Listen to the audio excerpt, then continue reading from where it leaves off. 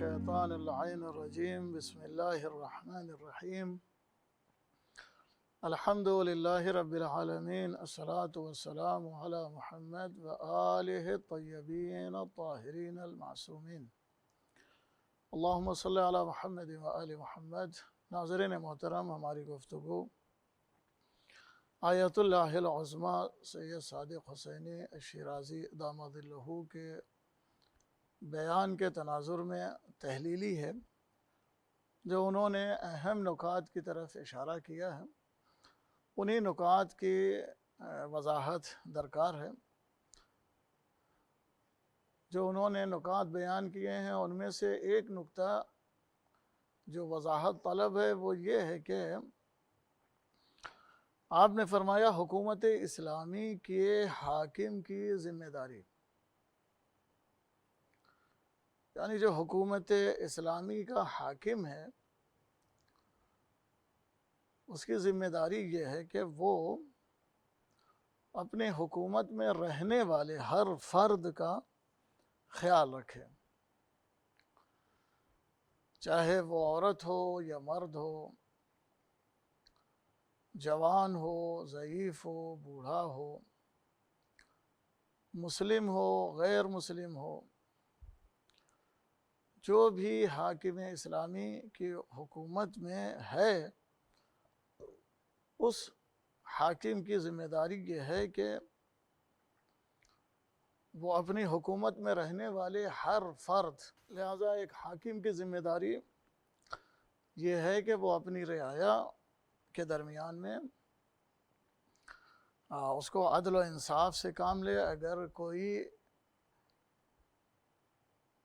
شخص کسی دوسرے شخص کے اوپر ظلم کر رہا ہو تو اس حاکم کی ذمہ داری یہ ہے کہ وہ حاکم اسلامی کی ذمہ داری یہ ہے کہ وہ ظالم سے مظلوم کا حق ادا کروائے، ظالم کو ظلم سے روکے اور مظلوم کو اس کا حق دلوائے۔ ایک یہ حاکم اسلامی کی ذمہ داری ہے۔ اور یہ جو شخص ہے اگر وہ چاہے وہ حاکم کا قریبی ہی کیوں نہ ہو، اگر وہ اس بات سے بھی کر رہا ہو کہ بھئی اس نے جو کام انجام دیا ہے وہ کام اگر وہ اسے انکار بھی کرے یا اگر یہ کہ بہانے بازی کرے، لیکن حاکم اگر یہ دیکھتا ہے کہ یہاں پر ظلم ہوا ہے، عدل و انصاف نہیں ہوا ہے، تو حاکم کے لیے ضروری یہ ہے کہ وہ وہاں پر عدل و انصاف سے کام لے۔ یہی ذمہ داری ہے ایک حاکم اسلامی کی، اپنی رعایا کا خیال رکھنا۔ لہٰذا نبی اکرم صلی اللہ علیہ وآلہ وسلم کی اگر حیات طیبہ دیکھا جائے تو آپ کی حیات میں کوشش یہی ہوتی تھی کہ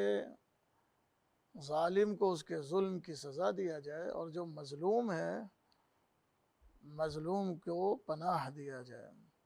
اور عدل و انصاف سے کام لیا جائے۔ یہی ایک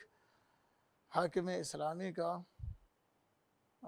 ذمہ داری ہے، ایک حاکم اسلامی کا یہی رویہ ہونا چاہیے۔ خصوصاً آپ کے جو وسیع برحق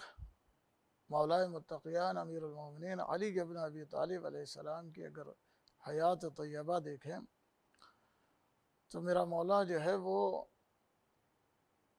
کیا فرماتا ہے؟ عثمان بن حنیف سے میرا مولا کہتا ہے کہ کیا میں علی اس بات پر راضی ہو جاؤں کہ مجھے امیر المؤمنین کہا جائے اور میں لوگوں کے دکھ میں، لوگوں کی مصیبتوں میں ان کا شریک نہ ہوں؟ کہا علی یہ چاہتا ہے کہ جس طرح سے لوگ زندگی گزار رہے ہیں اسی طرح سے میں بھی زندگی گزاروں۔ یہ مولا متقیان امیر المومنین جو کہ وسیع برحق ہیں اس رسول برحق کے، لہذا امیر المومنین علیہ السلام کی زندگی اگر ہم دیکھیں تو جناب قمبر کہتے ہیں کہ مولا امیر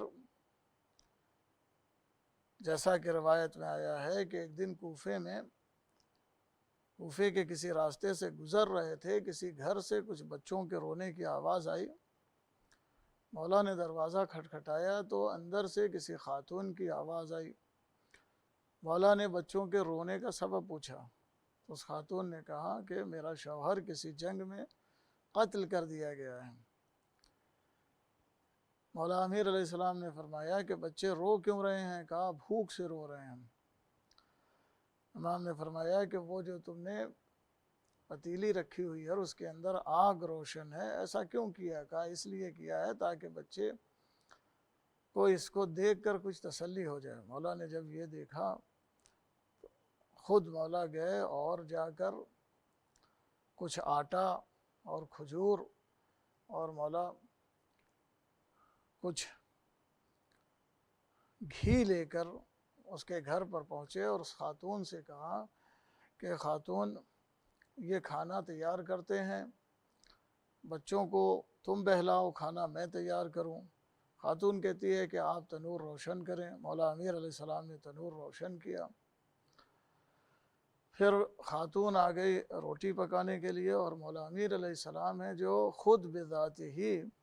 وہ جو یتیم بچے ہیں ان کے ساتھ بیٹھ گئے، اور مولا ان بچوں کے ساتھ بیٹھنے کے بعد ان بچوں کو بہلانے لگے تاکہ وہ بچے کچھ دیر جو ہے وہ اپنی بھوک کو بھول جائیں۔ مولا ان کے ساتھ کافی دیر تک مولا انہیں بچوں کو تسلی دیتے رہے، بچوں کو کھلاتے رہے، اور وہ بچے جو ہے وہ مولا کے ساتھ کھیلتے رہے۔ جناب قمبر نے یہ دیکھا تو حیرت زدہ ہو گئے کہ یہ امیر المومنین حضرت علی علیہ السلام خود بذات ہی بے نفس نفیس یہ عمل انجام دے رہے ہیں۔ تو عزیزان محترم، اس عظیم